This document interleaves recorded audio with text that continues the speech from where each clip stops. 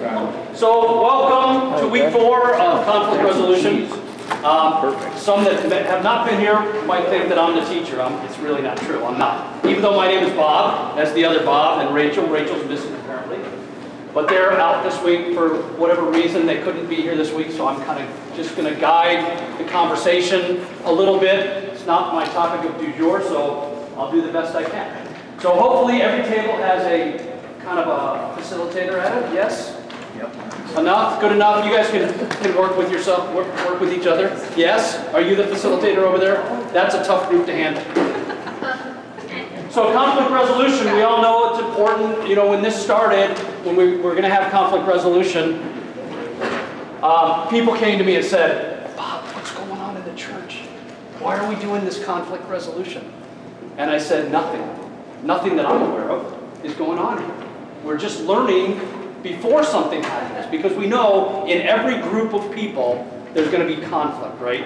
And the better we know it and learn how to deal with conflict, the better we will be able to break the conflict long before it breaks our unity, right? Because unity is what we desire as a body of believers. And so we'll break the conflict before it even happens.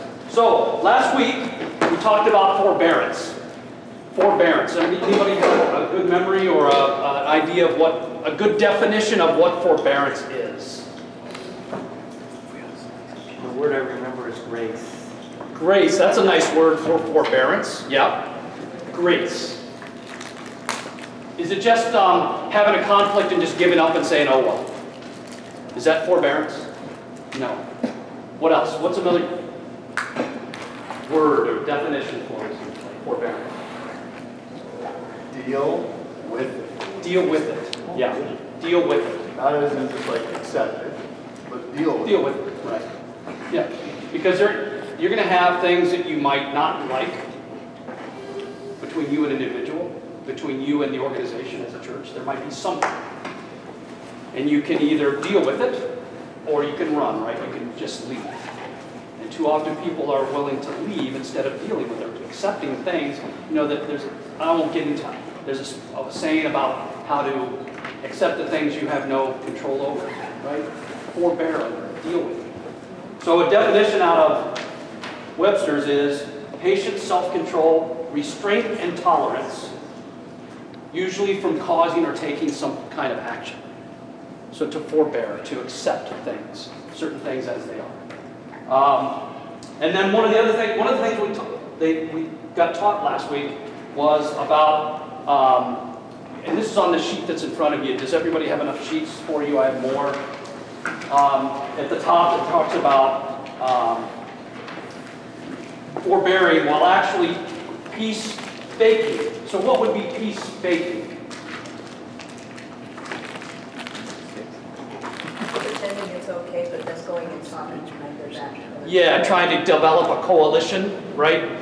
Right? You really still are harboring an anger, right? A difficulty within you that you're not forbearing it, you're faking it, but you're doing other things around it, right? It's causing you anger in some other portion, either of your life or within the organization. By denying the issue, right? Or the other is peace breaking. What is that about? Peace breaking.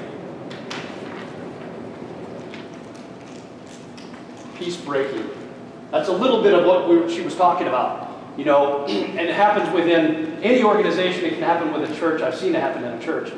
Is that you start you have one thing that you don't like. So you kind of start develop a little coalition around your beliefs because you are faking it and you're doing what you can to kind of break the problem, and sometimes you're breaking the church by doing it, right? So you're really peace breaking. You're breaking the peace of the group. Yes, Mom? Yeah, it's also, I'm not sure, but let me tell you what I heard about Bob.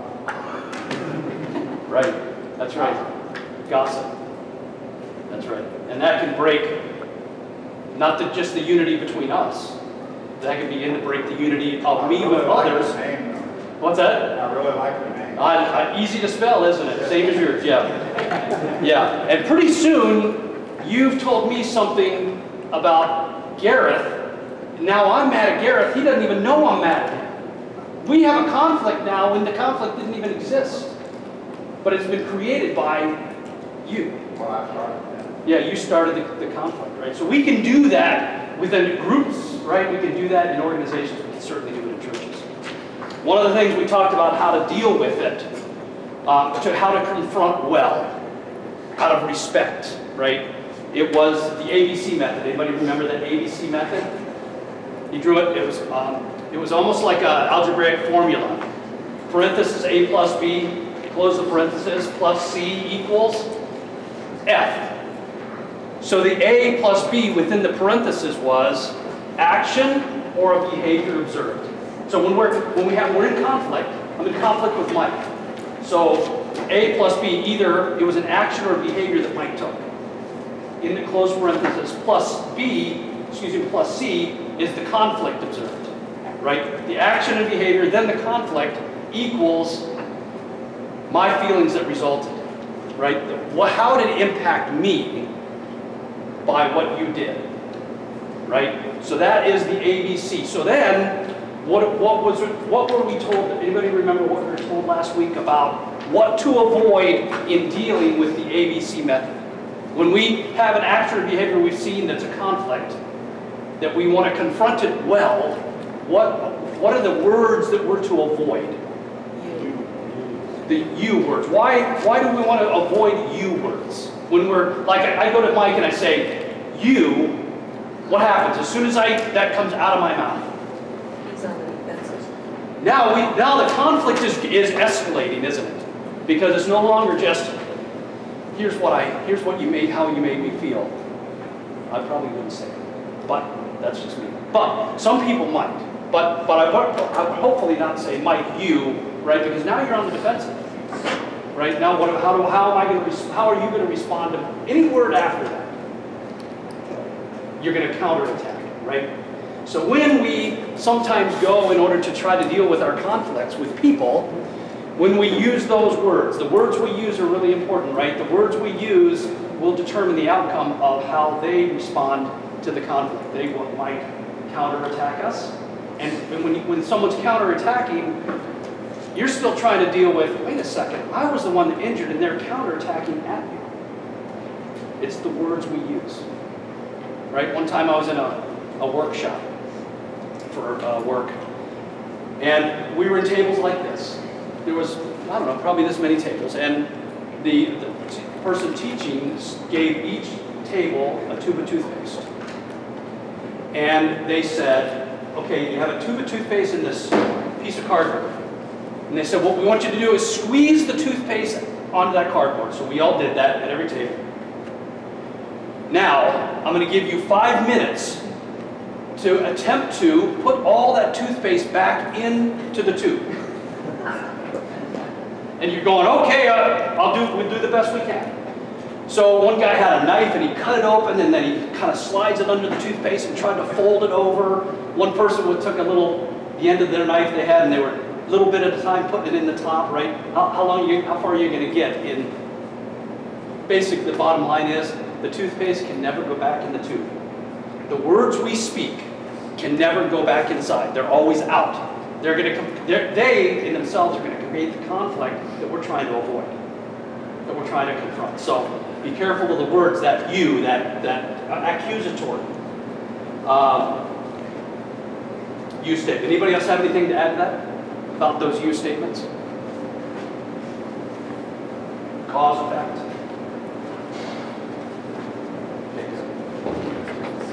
So let's pray. Father, thank you for this time. Thank you for this lesson, the teachings that Bob and Rachel have brought to us. As believers, as a body, what I think one of the things that Paul calls us to, one of the things that we desire so much, is unity. And the bonds of unity can so easily be broken by a simple conflict, by a simple word we use. And that if nothing else that this teaches us, this lesson, or these lessons, these 5 weeks, is that our words are important. How we deal with conflict is important. It doesn't mean ignore conflict, but that we look at a biblical method, process by which we deal with that conflict. So we thank you for that now. Be with us in our groups as we talk about the questions this week. And we pray this all for your glory. So in your at your table there are tasks. We're going to go through 4 tasks today. And like I said, I'm just kind of facilitating this, so you're going to do most of the work, or most all of the work, in your groups, and then we'll be able to share with each other. So the first task is, and this, you need some more. What do you need? What do you need, Sarah? Do you need some more papers? I feel like you're mad at me. Your feelings are wrong. Does anybody need one? So I'm standing up and, you know, everyone got their... Your feelings are wrong. You have a problem. No. So, the first task asks, it's really in a question. Have you ever had someone respond to your confronting with strong resistance or counterattacking? So, consider that question, share amongst your group, kind of in general. You don't have to get personal with it to the person, but kind of in general, have you ever, think of a time that you have tried to confront someone about something that happened. Confront, that's a tough word, right? Confront means usually to attack. It's not really meant attacking the person, right? But confronting, talking to the person that you might have a conflict with. Have you ever done so? And the first thing they do is, yeah, but you, and fill in the blank. They counterattack with what you're trying to deal with. Any questions about that? Good. So take about 5 minutes or so and share in your group. So how about the students back here? Do you have anything from this task? Kind of one item that you kind of, in general, how you dealt with counterattacks? I'd like it to be done, we as a table, like to be privately and not bringing other people into it in respect. Okay. That's how you want to deal with a conflict. Yes. Right. Did you talk about when they counterattack you, how to deal with it? Good. Good. Anybody have anything when they get counterattacked? Kind of an example of how it happened? Yeah, Bob. I'm sorry, I couldn't hear what the lady said. Oh, she was talking about how they wanted to deal with conflict was privately, in personal. Don't bring other people into it, just to be able to deal with that conflict. This task in particular, though, specifically was more about how do you deal, or maybe examples of when you got pushback, a counterattack. Yeah. Yeah. We touched on the part about in the ways that someone would resist or counter. Yeah, good. One of the underlying factors is usually anger. People respond to anger. Yep. Causes. And where does that anger come from? We talked about, we never touched on that, but I would say it comes from that defensive standpoint of feeling hurt. Yeah. So that sometimes, and I don't want to take away from what you guys might talk about, but I heard something over here. When a person responds counterattacking you with anger, what happens the next time you want to confront them? Avoid it. So how about ourselves? If we're the ones, if you're the one that recognizes in yourself that you respond to by counterattacking, what is it that you're doing as a result? You're really shutting down communication with another person because of your unwillingness to accept that confrontation, right? Because what you're ultimately doing is you're pushing back to such an extent that basically I don't want to even deal with it in the future. And people will then respond as a result to you. Anybody else? Was that kind of what you were? Yeah, I heard. we just talked about how if we have 2 examples. One person got attacked or confronted, and they counterattacked, and so that's how they got impacted with that. Is that they went on the defense when another person was confronted themselves, but then they just drew back. Oh. So that's actually interesting. I personally, when I shouldn't, I counterattack properly. You know, if I'm confronted with something, I immediately try to defend myself. But this person, one group says, nope, I'm just going to pull back and not do anything, which is really maybe good, or it is good because it's kind of a self, looking like, okay, let me process this for a minute, instead of just going into the defensive right away. Yeah. So, Yeah, because if you go into defensive right away, what are you doing? Ultimately, what are you doing? yeah, you're just creating even more conflict. More conflict, and you're hurting the other person, and ultimately yourself, right? Because you'll never learn how to deal with whatever it is they were confronting you on, right? You may have been very wrong, but never willing to accept that. So we counterattack. Good. Anybody else? We talked about a couple things. We Yeah. talked about pride, Pride. and pride gets in the way if you're offended by that response, or you think your opinion is better or more important. Yeah. That causes additional conflict. The other was patience. Pick your battles carefully and be patient with the person that you're dealing with. Yeah. Mark talked a little. Where's Mark? Is he in? Mark talked about a little bit about that today, right? Patience, right? Little different context, but patience. Yeah. Good. Anybody else? Okay. Good. We'll go into the next one. Task number 2. So at your tables, have someone read aloud. First Peter chapter 2, verse 21 through 23. And within that, what can we learn about how to respond when someone reacts poorly to our confronting? So within that verse, in the context of that verse, talk amongst yourselves about that question. What can we learn about how to respond when someone reacts poorly to our confronting? So anybody want to share how do you respond from the biblical passage from 1 Peter? What is he calling us to respond?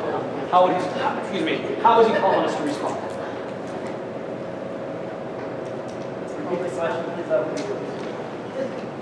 In the text you read, 1 Peter, how is he explaining how Jesus responded, and then how are we to respond as a result of knowing?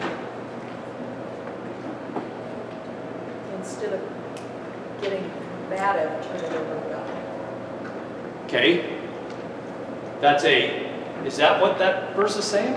Or is that what you took from the verse? Is that... He didn't respond when all this went in kind. He didn't necessarily respond in kind. Bingo. He didn't get defensive back and Right. be negative back. Good. He didn't say anything. He didn't. In a lot of cases, he kept his mouth shut. You're right. Even prophecy said he was going to keep his mouth shut. He was not going to respond. But good. No, that's a good takeaway from the verse. What else? If you found yes, sir, right, you get to say something. Yeah. Sometimes silence is the best, right? To just calm down the confrontation. I am, so you know that. No. What? Why are you talking like that to me? No.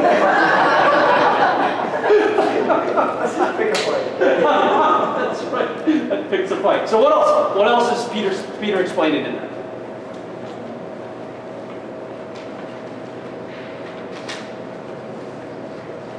What else is Peter saying? Gibson said the word that stuck out was judge, focusing on who is the judge, keeping the hallowed name, focusing on who the king is and who's in control, Yeah. who the judge is. It's how Christ can be fed, Yeah. how we ought to strive to do as well. Vengeance is mine, saith the Lord. Right? We can attack back if we want, but what will it solve? Right? It becomes just a vicious circle, doesn't it? Point an arrow all the way around the circle. Get a response, counterattack. Response, counterattack. Response, counterattack. And until someone gets out of that circle of the response, counterattack, the counterattack will continue. The arguing, the victory, the fighting, the confrontation will continue on. Yeah. Yeah, Bob. Yeah, one of the things we did, we look also at Romans 12, where it talks about, give your enemies, beat him, Yeah. that kind of thing. So we really, and we talk about how hard this is to do, but even when they're harsh, Yeah. and then constantly use the I rather than use. Yeah. Good. Yeah. Yeah, even, Burning coals on his head. that's right. Yeah. Even if you don't, so we don't, I don't think we all function from a position of a feelings-based motivation. In other words, I'm not one generally to say this is how I felt about what happened. You won't generally hear that out of my mouth. I don't function generally from this is how I feel. I function generally from a position of this is what I think. That doesn't mean if you're feelings-based, you're not thinking. I just think that some are very thinking-based, some are emotionally based, and their feelings they're much better in touch with their feelings. So then when they say, this is how it made me feel, I would often say, this is what I think. And so I think that's okay to say, this is what I think. Instead of always having to say, this is what I feel happened, right? But yeah, yes. I like the way Howard phrased it too. He talked about it, and you can correct me if I'm wrong. But he says, I don't really know how to express it. Oh, good. Yeah. In other words, let's face it, if someone's confronting me or if I'm confronting, where this scenario is painted with a broad brush. Yeah. If I'm approaching Bob because of something Bob did, it might be different than if Bob was approaching Howard. My response might be, but either way, I don't have the words a lot of times to say it, and I'll admit that. I don't know how to say this. I don't know how to bring this up even. Yeah. But this is what's going on, and I want to just, so I may even mess it up, but I want to talk about this. I brought no argument yet. Yeah. Because in all fairness, honestly, I don't know how to deal with that. I don't a lot of times know how to do that. Good. So I have to be honest. Yeah. And that works either, that would work either me coming and confronting you, that would be your response, or you confronting me, I push back, counterattack, at which point you would say, I don't know how to deal with this. I don't know how to express my words. Because it can happen either way. I want to walk it through. Yeah. I Yeah. want to walk around it. I want to walk through it. So it brings a neutralness to it that it's not defensive. I'm not saying an accusation or I'm not even implying anything. Yeah. I'm just saying I don't know how to do this. Like humility in Christ. That's exactly what it is. And that without drifting too far away from the topic, I think that's the part of abiding in Christ. As we abide in Christ, all of those things become easier for us to do. The further we drift from that abidance, the harder it is to deal with. Our pride comes into play more, and if we push back, counterattack, and we never really get to solve the problems. So I was thinking, in our Christian walk in dealing with brothers and sisters in Christ, we would think fruit of the Spirit, right? Love, joy, peace, patience, kindness, goodness, gentleness, faithfulness, self-control. Self-control in all things, right? That self-control is the piece of when someone counterattacks, of you being under control, self-control of yourself, to not really just jump back out and kick them in the teeth, as Mark said earlier. Yeah, we want to avoid kicking in the teeth.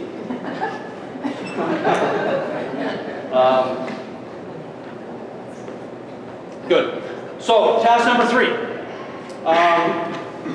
7 ways to respond when others react to our confronting and counterattacking. So talk about those 7, about 5 minutes, and then we'll come back and kind of talk about those a little bit, and then move on to the next task. But so you've been counterattacked, and these 6 ways, not 7 is written, but these 6 ways are ways that you can respond. That'll get the response, hopefully will then garner the response that you're looking for, right? That if you respond this way, hopefully you'll get the response that you're looking for as well, right? Instead of counterattacking back, because you know what you're going to get, right? These are other ways to respond to get the response that you really want. So, silence. Anybody want to talk about silence? How hard is that? How hard is silence? It's hard. Yeah. But you know, the thing is, what's good is if you you want to be silent about it, tell the other person that you're going to be silent. Oh, good. Because I'm the kind of person that wants to just, I don't like silence. Yeah. But if they tell me that they need silence, then I'm okay with it, you know? So do you think the person that counterattacked you, because that's it's your response to the counterattack. If you said, you know what, I'm just going to be silent. No, I don't say that. No. I say I want to talk about it. Yeah, And I right. hate it when someone says Yeah, there you go, right. But when someone counterattacks you, I mean, you're on defense now, right? You're on the defense. How hard is it just to be, Oh, that's hard. mum's the word? How hard is that? Anybody get deeper into that silence? But it's kind of a bad thing to be silent though, too. Yeah, but You know, sometimes. you can use that to ignore the person. Yeah. And drive them crazy. It can be a tool against. It can be a tool against, yeah. How about if in their counterattack, they actually say things that are kind of true. If you really stop and think about it, you've said something to them and then they counterattack, right? They're counter, but you started the argument. Maybe you did. Maybe you agreed, you know what, you're right, I did start that. What if you responded that way?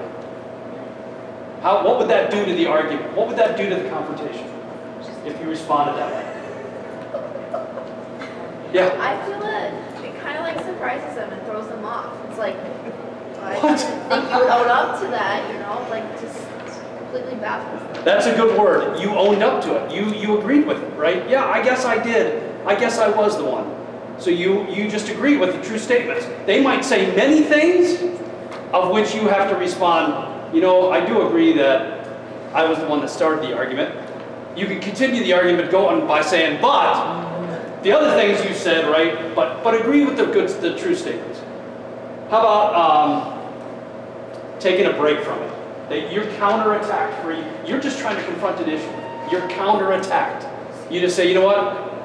I don't want to take a break. How's that going to work out?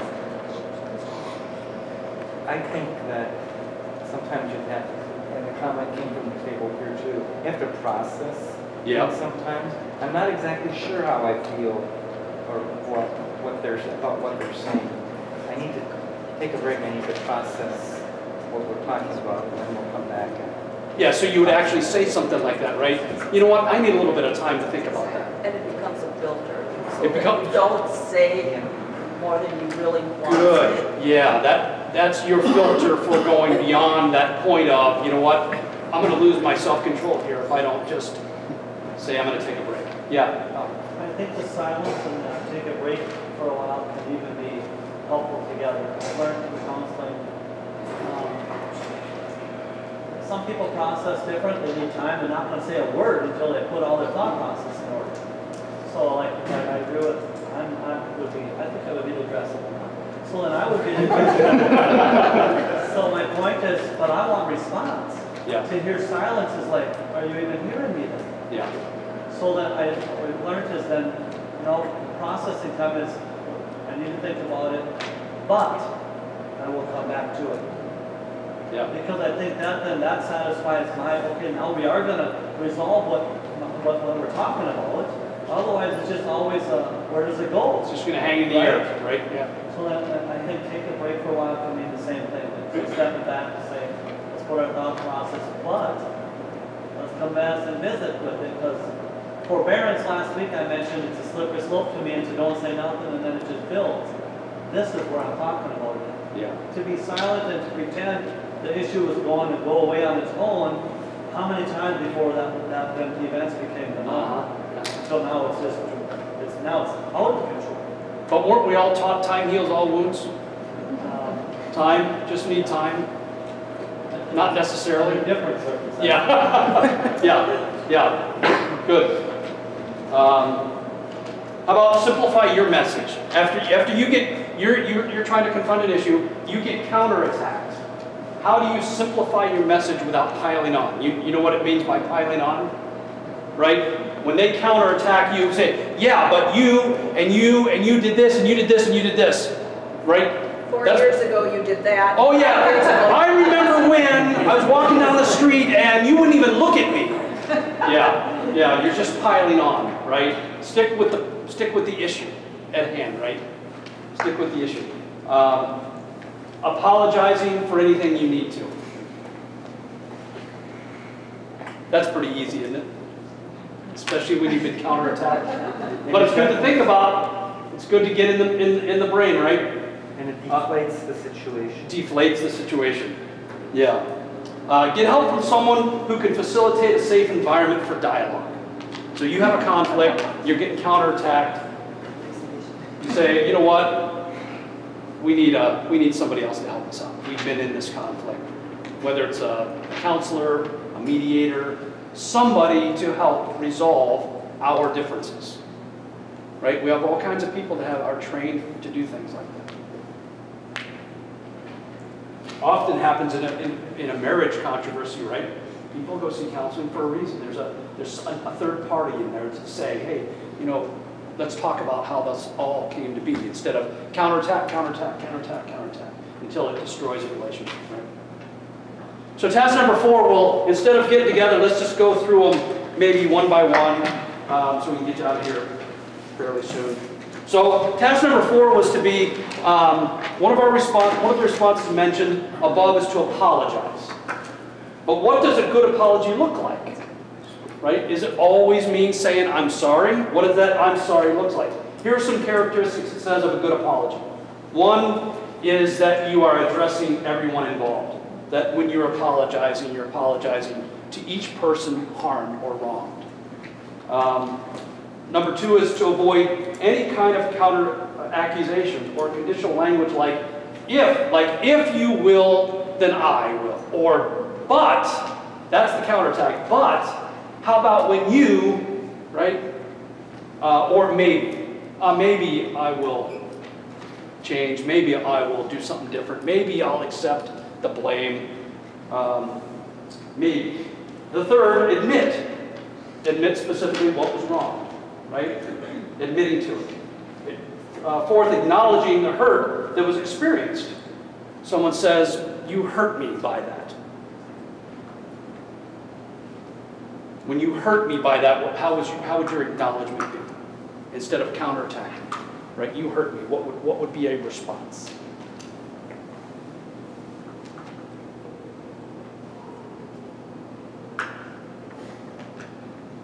Anybody? I'm sorry I hurt you. I'm sorry I hurt you. Instead of, often you might hear, I'm sorry you feel so bad about it. Or will you hurt me too? Right? Yeah, that's not an apology at all, is it? Yeah, go ahead, I'm sorry. Will you hurt me too? Yeah, well, you hurt me too, right? Yeah. But I think you have to connect the two, right? I did this and it hurt you. Good, excellent. Yeah, if you can get yourself to think that way, right? Accepting the blame, and this is what I did. Yeah. So accepting the consequences is what kind of the next one, right? Alter. So as a result of what happened, the conflict, how are you going to alter your behavior, your words, right? What it is that you did to cause it, how are you going to alter that? How are you going to change that in the future? And the last one says that a good response would be, a healthy apology would be, I understand I hurt you, will you forgive me for it? Will you forgive me for it? And hopefully you're working on one-on-one basis of, someone would say, hey, I forgive you. And we get back to, we're back in a healthy relationship instead of an unhealthy, of the conflict, of the counterattacks, on and on and on. So I was thinking, one of the things, a response, an apology, right? We hear apologies like this. I'm sorry you're mad at me.